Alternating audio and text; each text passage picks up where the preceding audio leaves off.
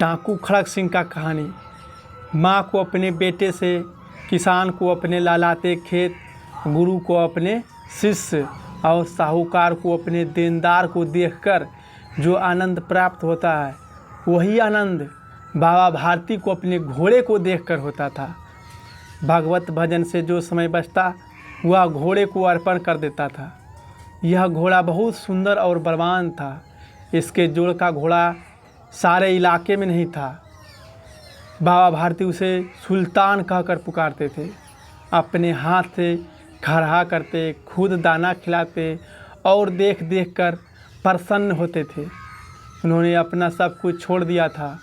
वह गांव से बाहर छोटे से मंदिर में रहते और भगवान का भजन करते थे।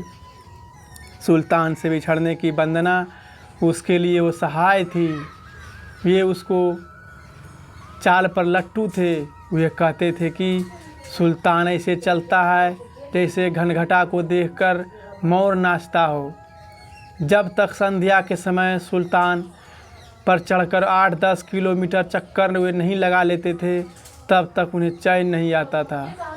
खड़ग सिंह उस इलाके का कुख्यात डाकू था। लोग उनका नाम सुनकर थर थर काँपते थे। सुल्तान की कीर्ति उसके कानों तक पहुंची। उसका हृदय उसे देखने के लिए अधीर हो उठा।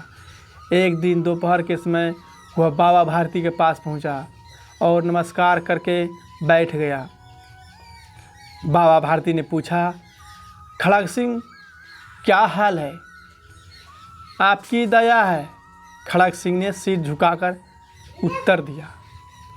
बाबा भारती ने पूछा, कहो फिर इधर कैसे आना हुआ? सुल्तान की चाह खींच लाई है बाबा, खड़ग सिंह ने उत्तर दिया। बाबा भारती बोले, बड़ा विचित्र जानवर है, देखोगे तो प्रसन्न हो जाओगे। मैंने भी बड़ी प्रशंसा सुनी है, खड़ग सिंह बाबा से बोला। बाबा भारती बोले, उसकी चाल तुम्हारा मन मोह लेगी। कहते हैं देखने में बड़ा सुंदर है, खड़ग सिंह ने बोला। बाबा भारती बोले, जो एक बार देख लेता है ना, उसके हृदय पर उसके छवि अंकित हो जाती है। बहुत दिनों से अभिलाषा थी, आज उपस्थित हो गया हूँ, खड़ग सिंह ने बोला। बाबा और डाकू खड़ग सिंह के अस्तबल में गए। बाबा ने घोड़ा दिखलाया गर्व से और खड़ग सिंह ने घोड़ा को देखा आश्चर्य से। उसने सहसों बहुत घोड़ा देखे थे, परंतु ऐसा बांका घोड़ा उसकी आंखों से आज तक नहीं गुजरा था। वह सोचने लगा, भाग्य की बात है, ऐसा घोड़ा खड़ग सिंह के पास होना चाहिए। इस साधु को ऐसी चीज़ें से क्या मतलब? कुछ देर तक वह आश्चर्य से चुपचाप खड़ा रहा। इसके पश्चात हृदय में हलचल होने लगी। वह बालकों की तरह अधीरता से बोला, परंतु बाबा जी, जब तक इसकी चाल ना देखी तो क्या देखा? बाबा जी मनुष्य ही थे। अपनी वस्तु की प्रशंसा दूसरों के मुंह से सुनकर उनका हृदय फूले न समाया। घोड़े को खोलकर बाहर ले आए और उसकी पीठ पर हाथ फेरने लगे।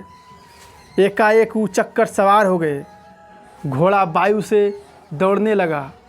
उसकी चाल देखकर खड़ग सिंह के हृदय पर सांप लौट गया। वह डाकू था और जो वस्तु से पसंद आ जाती थी वह उस पर अपना अधिकार समझता था। उसके पास बाहुबल था, रुपया था, आदमी थे। जाते जाते वह बाबा से बोला, बाबा जी, मैं यह घोड़ा आपके पास नहीं रहने दूंगा। बाबा भारती घबरा गए। अब उन्हें रात में नींद नहीं आती थी। सारी सारी रात वह अस्तबल की रखवाली करते। प्रति क्षण उन्हें खड़ग सिंह का भय लगा रहता था। कई मास बीत गए किंतु वह नहीं आया। यहाँ तक कि बाबा भारती कुछ लापरवाह हो गए और इस भय को सपना के भय के समान मिथ्या समझने लगा, गलत समझने लगा। संध्या का समय था। बाबा भारती सुल्तान की पीठ पर सवार होकर घूमने जा रहे थे। इस समय उनकी आंखों में चमक थी, मुख पर प्रसन्नता थी। वे कभी घोड़े के शरीर को देखता, कभी उसके रंग को, और मन ही मन फूले नहीं समाता। अचानक एक और से आवाज़ आई, ओ बाबा, इस कंगले को बात भी सुनते जाना। इस आवाज़ में करुणा थी। बाबा ने घोड़े को थाम लिया और देखा कि एक अपाहिज वृक्ष की छाया में करहा रहा है। वह बोल, तुम्हें क्या कष्ट है? उसने बोला, क्या कष्ट है तुम्हें? अपाहिज ने हाथ जोड़कर कहा, बाबा, मैं दुखियारा हूँ, मुझ पर रहम करो। रामा वाला यहाँ से 3 मील है दूरी पर है, मुझे वहाँ जाना है। घोड़े पर चढ़ा लो, परमात्मा तुम्हारा भला करेगा। बाबा ने पूछा, वहाँ तुम्हारा कौन है? आपने दुर्गादत्त वैद्य का नाम सुना होगा, मैं उसका सतेला भाई हूँ। बाबा भारती घोड़े से उतरकर उसे घोड़े पर बैठा दिया और स्वयं घोड़े को लगाम पकड़कर धीरे धीरे चलने लगा। अचानक उसे एक झटका लगा और लगाम उनके हाथ से छूट गया। उनके आश्चर्य का ठिकाना नहीं रहा जब उन्होंने देखा अपाहिज घोड़े की पीठ पर तनकर बैठ गया है और घोड़े को दौड़ाए लिए जा रहा है। उसके मुख से भय का विस्मत और निराश से मिली हुई चीख निकल पड़ी। वह अपाहिज खड़ग सिंह था। बाबा भारती कुछ देर चुप रहे और उसके पश्चात निश्चय करके पूरे बल से चिल्लाकर कहा, जरा ठहर जाओ बाबा जी, अब यह घोड़ा नहीं दूंगा। बाबा बोले, परंतु तुम एक बात सुनती जाओ, मैं एक प्रार्थना करता हूँ, वो स्वीकार न करना, नहीं तो मेरा दिल टूट जाएगा। बाबा भारती, बाबा जी आप आज्ञा कीजिए, मैं आपका दास हूँ, केवल यह घोड़ा नहीं दूंगा। अब तुम घोड़ा का नाम मत लो, मैं तुमको इसके विषय में कुछ नहीं कहूँगा। मेरी प्रार्थना यही है कि इस घटना को किसी के सामने प्रकट नहीं करना। बाबा ने कहा। खड़ग सिंह का मुंह आश्चर्य से खुला का खुला रह गया। उसका विचार था कि उसे इस घोड़े को लेकर वहाँ से भागना पड़ेगा, परंतु बाबा भारती ने स्वयं उससे कहा कि इस घटना को किसी के सामने प्रकट नहीं करना। इससे क्या प्रयोजन सिद्ध हो सकता है बाबा का? बाबा भारती ने कहा, लोगों को यदि इस घटना को पता लग गया तो वो किसी अपाहिज पर विश्वास नहीं करेगा।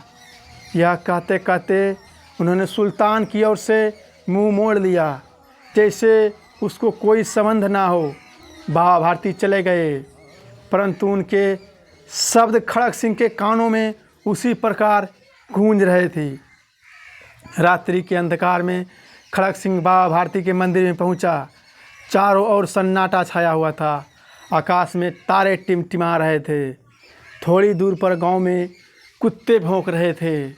मंदिर के अंदर कोई शब्द सुनाई नहीं दे रहा था। खड़ग सिंह सुल्तान की लगाम पकड़ते हुए वह धीरे धीरे अस्तबल के फाटक पर पहुंचा। फाटक खुला हुआ था।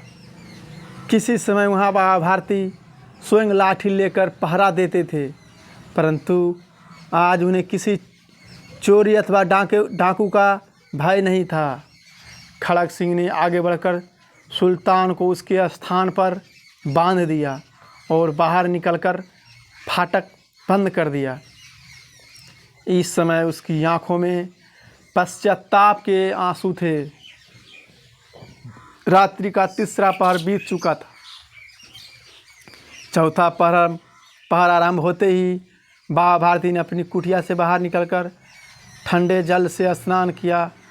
उसके पश्चात इस प्रकार जैसे कोई स्वप्न में चल रहा हो।